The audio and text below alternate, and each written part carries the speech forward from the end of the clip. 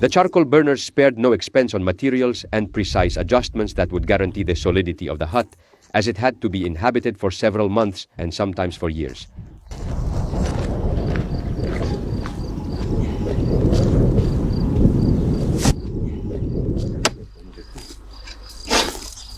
On the boxwood branches, Hilario neatly places and arranges the clods of earth that will form the walls of the hut in a scale-like fashion.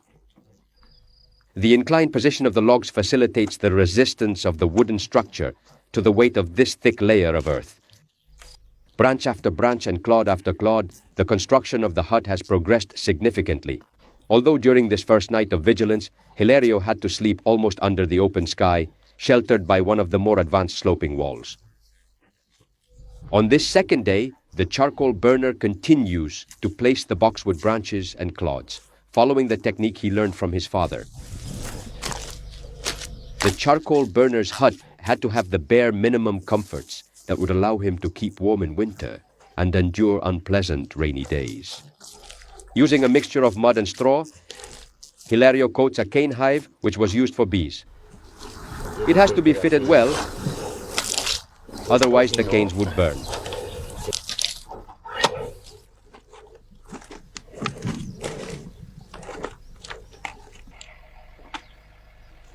Once plastered inside and out, this cylindrical piece of wicker, which was easy to obtain in the villages, was used as a chimney for the hut.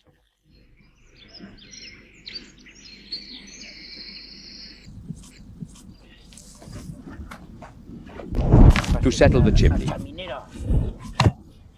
During the construction of the hut, Hilario has been respecting the space that the hearth will occupy. Preparando el hogar.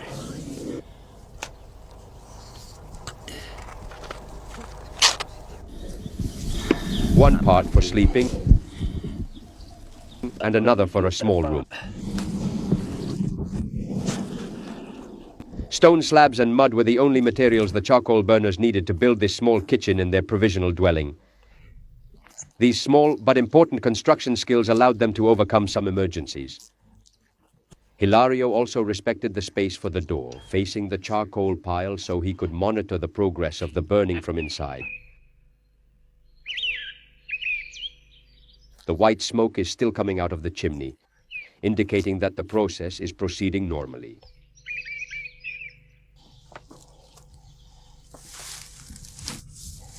Before placing the hearth chimney, Hilario levels the rows of clods so that it fits perfectly in the space he has prepared.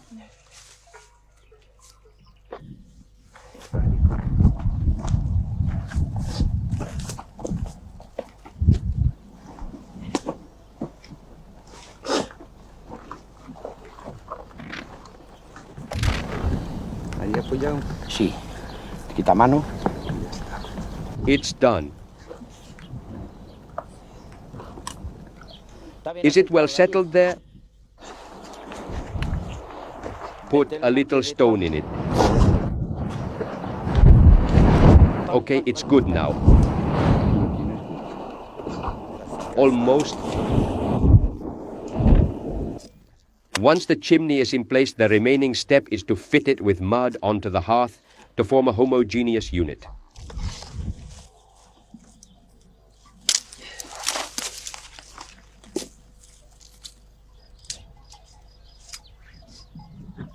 The charcoal burners spared no expense on materials and precise adjustments that would guarantee the solidity of the hut, as it had to be inhabited for several months and sometimes for years.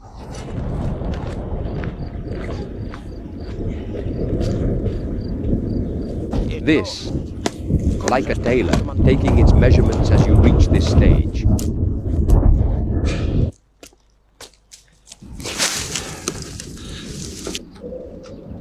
Hilario continues to place the clods of earth and grass over the boxwood branches to cover any gaps through which water could pass.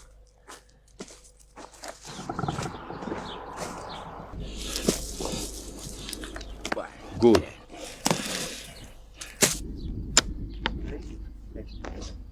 In his effort to waterproof the hut, Hilario pays special attention to closing the ridge, so that the rainwater is poured on both sides, sliding down the earth walls.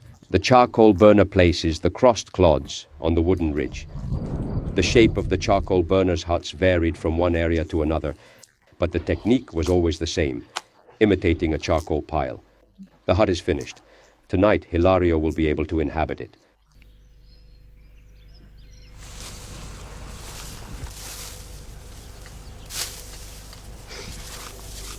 To retain the heat inside the hut, Hilario constructs a door with crossed and tied boxwood branches so that they fit perfectly in the space he has left for entering and exiting.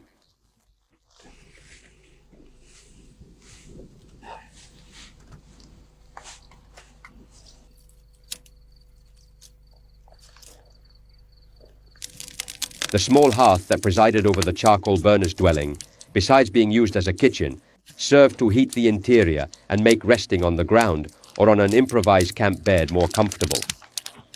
So, a bundle of boxwood, and at most a straw tarp on top. A makeshift bed.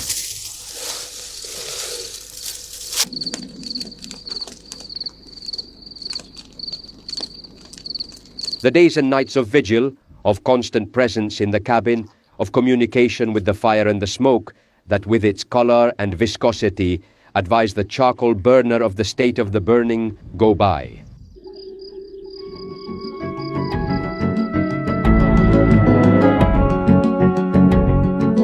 No specimens of the provisional huts that the charcoal burners used as dwellings have been preserved because time has been relentless with them.